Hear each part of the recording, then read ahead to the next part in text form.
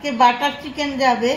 মশলা দেওয়া হয়েছে পেরেস্তা ভাজা, শুকনো লঙ্কা ভাজা, গরম মশলা, আদা, রসুন, কাজু, দই, লাল মির্চ আর একটু লাল গুঁড়ো লঙ্কা আর পোস্ত ভাজা। আর এখানে নান রুটি হবে, মাখিয়ে রাখা আছে। নান রুটি তৈরির প্রসেসটা শুরু হচ্ছে। এখানে প্রথমে পাথরের উপরে, গ্রানাইটের উপরে এটাকে বেলে নেওয়া হচ্ছে। কালো জিরে দিয়ে দেওয়া হলো, ধনে পাতা আর একটু বেলে দিতে হবে।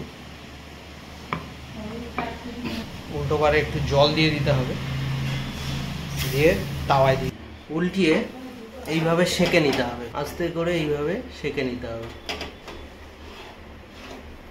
এটাই হচ্ছে ট্রিক, কারণ যেহেতু আমাদের তন্দুর নেই তাই বাড়িতে এইভাবে করতে পারেন। দেখুন বেশ সুন্দর করে হয়ে গেছে।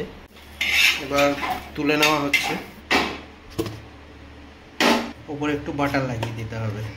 ব্যাস, আমাদের বাটার নান রেডি।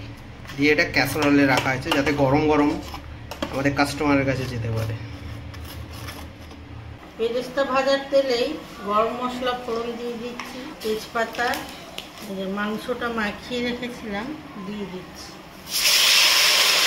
আজকে সব মশলা মুছে দিয়ে দিচ্ছি। এবার কষবো। এটা একটু নেড়ে নিয়ে হাতে ক্যাশ করে দিয়ে দিচ্ছি কসুরি মেথি, গরম মশলার গুঁড়ো আর এই যে বাটার দিচ্ছি। গ্যাস বন্ধ করে দিচ্ছি, ভালো করে মিশিয়ে নেব।